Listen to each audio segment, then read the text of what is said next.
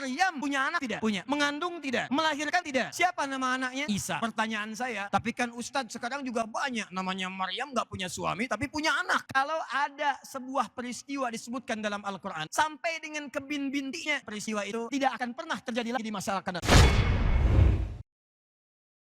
Imran, Nabi bukan? Rasul bukan?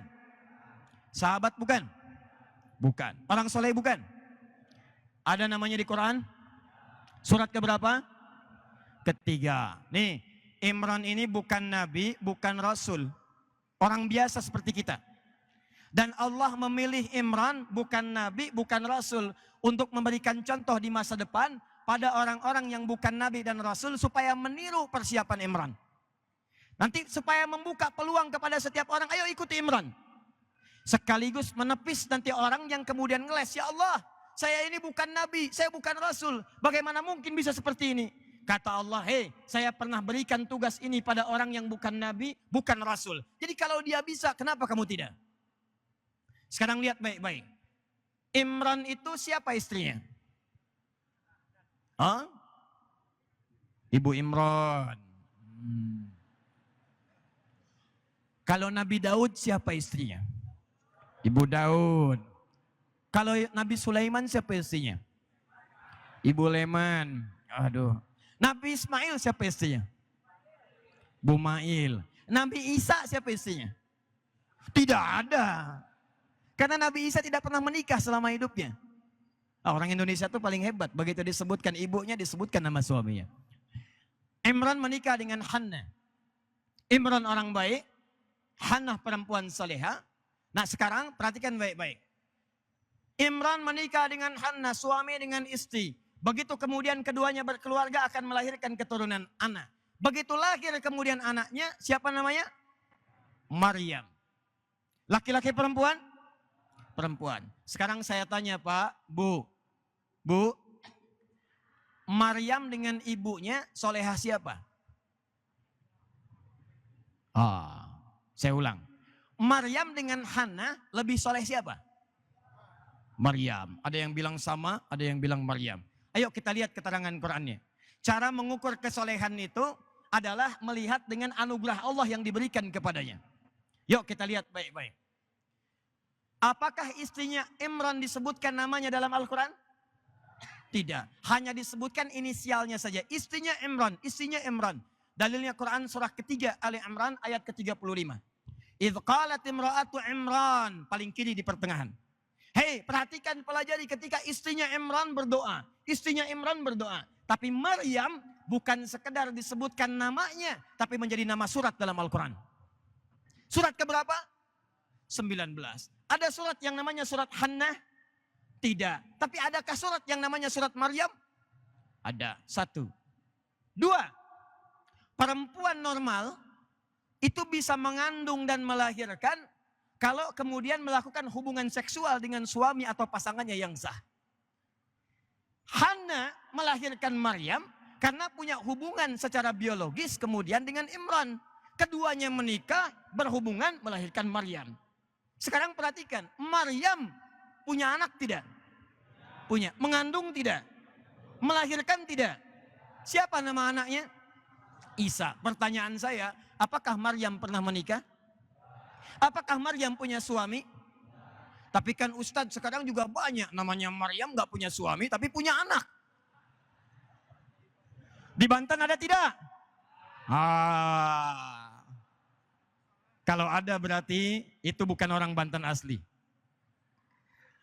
Karena itu bahasa Qur'annya, walam yamsasni bashar.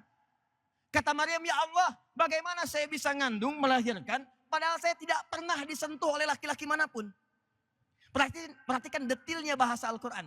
Tidak pernah disentuh laki-laki manapun. Karena itulah dalam kaidah fikih disebutkan, masuk dalam kategori tafsir, kalau ada sebuah peristiwa disebutkan dalam Al-Quran, namanya disebutkan jelas, sampai dengan kebin-bintinya, ini menunjukkan peristiwa itu akan terjadi, tidak akan pernah terjadi lagi di masa akan datang. Hanya akan menimpa orang itu, tidak akan terjadi lagi di masa depan. Tapi sebaliknya, kalau kejadiannya tidak pernah disebutkan siapa orangnya, Kapan kejadiannya? Hanya inisialnya. Maka peristiwa itu akan terjadi lagi di masa depan dengan tokoh yang berbeda. Contoh, kenal Firaun? Kenal. Ayo, Maryam, Firaun. Luar biasa. Saingan dengan Sukabumi. Saya sekarang baru tahu ternyata ada 2 tempat yang kenal Firaun. 1 Sukabumi, 2 Banten. Firaun tuh orang jahat. Hobinya bunuh orang. Quran surah kedua ayat ke-49. Ngaku Tuhan, ana rabbukumul a'la. Nantangin Musa. Diajak dengan baik-baik, Quran surah ke-20 ayat 43 sampai 44. Tapi balik menghardik kepada Nabi. Namun yang paling menarik, nama aslinya tidak pernah disebutkan oleh Al-Quran. Silakan cek, disebutkan dengan nama gelar. Faraoh, Raja Mesir. Faraoh, bahasa Arabnya Fir'aun, Fir'aun, Fir'aun, Fir'aun. Bukan nama asli.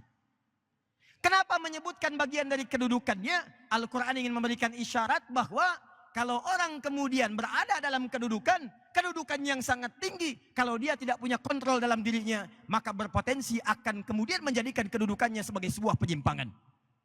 Sekarang saya tanya kepada Anda, ada orang di masa kini yang punya kedudukan tapi menyimpang? Ada pejabat yang mencuri? Ada pejabat yang korupsi? Ada pejabat yang menyimpang dari kedudukan? Ada pejabat yang menggunakan kewenangannya untuk menyakiti rakyatnya? Ada. Kenapa? Karena Qur'annya mengatakan sepanjang tidak disebutkan namanya, pasti itu akan terjadi lagi di masa depan dengan tokoh yang berbeda. Kalau dia tidak punya iman dan kontrol diri dalam dirinya.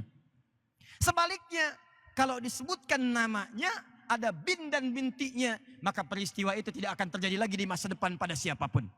Wa Maryam ibnata Imran, Maryam anak perempuannya Imran, disebutkan bintinya, disebutkan bapaknya. Maka tidak akan pernah ada lagi terjadi di masa depan perempuan bisa mengandung melahirkan tanpa disentuh laki-laki manapun. Kalau lahir tanpa bapak banyak. Tapi kalau lahir tidak pernah disentuh siapapun, cuma Maryam binti Imran. Maryam melahirkan anak, siapa namanya? Isa. Coba lihat. Maryam nabi bukan? Bukan. Rasul bukan? Isa nabi bukan? Rasul bukan. Apakah Maryam bisa menyembuhkan orang sakit? Tidak. Maryam sakit, Maryam berobat. Maryam sakit, Maryam berdoa. Nabi Isa dengan izin Allah bisa menyembuhkan orang sakit. Ya Nabi Isa, ada yang matanya buta, datang, usap. Usap dalam bahasa Arab disebut dengan masaha. Yang diusap disebut dengan masih. Maka ketika diusap sembuh, masih, maka Nabi Isa disebut dengan Al-Masih. Karena mukjizatnya dengan tangannya dengan izin Allah bisa mengusap segala penyakit sembuh seketika. Nabi Isa kolera, usap sembuh. Nabi Isa sakit perut, usap sembuh. Nabi Isa pusing, usap sembuh. Pokoknya dokter bangkrut dah pada saat itu. Menghidupkan yang mati dengan izin Allah. Hidup, hidup. Mati lagi, mati. Isa. Nah sekarang pertanyaannya, siapa tadi anaknya Imran? Maryam. Siapa cucunya Imran? Isa. Siapa anaknya Maryam? Isa. Siapa ibunya Isa? Maryam. Lihat sini. Imran Hanna punya anak Maryam. Maryam lebih bagus daripada bapak ibunya. Maryam punya anak Isa. Isa lebih hebat daripada ibunya plus kakek neneknya. Jadi ini pesan dari Al-Quran. Kita disebut khalifah. Karena satu saat akan saling menggantikan satu dengan yang lainnya. Nah bagaimana cara supaya saat digantikan itu generasi kita lebih hebat daripada kita.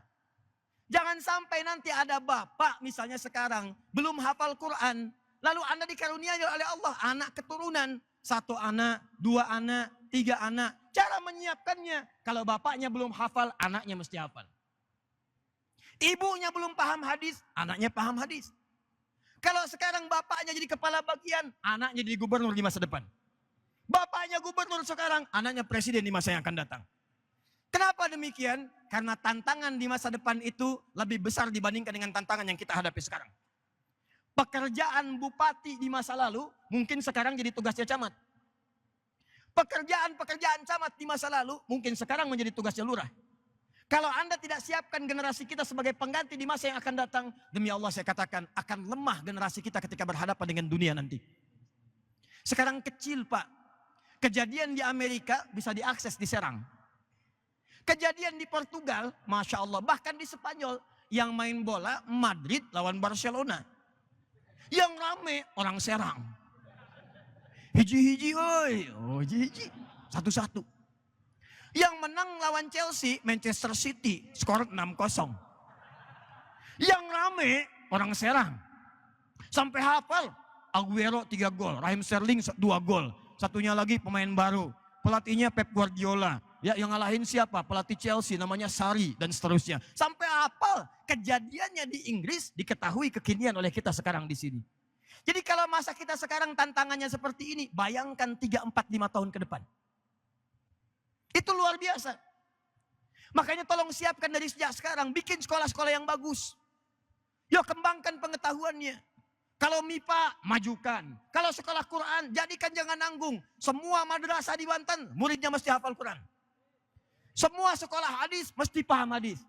Jadi punya visi, bapak, ibu punya 3 orang anak. Anak pertama, mesti hafal Quran. Anak kedua, hafal hadisnya. Anak ketiga, hafal fikihnya. Begitu Anda punya persoalan, gampang. Anda punya masalah, kakak, apa ayatnya? Ini ayat. Qala Allah Ta'ala, bacakan ayatnya, sebutkan. Ini surat anu, ayat sekian, halaman sekian, posisi paling kanan, sebelah pojok dikit, agak ketengahan. Bisa. Apa hadisnya? Adik kedua, qala Rasulullah SAW, ini ada di kitab Musnad. Musnadnya yang sekian, cetakan kesekian, halaman kesekian. Bungsu, apa hukum fikihnya?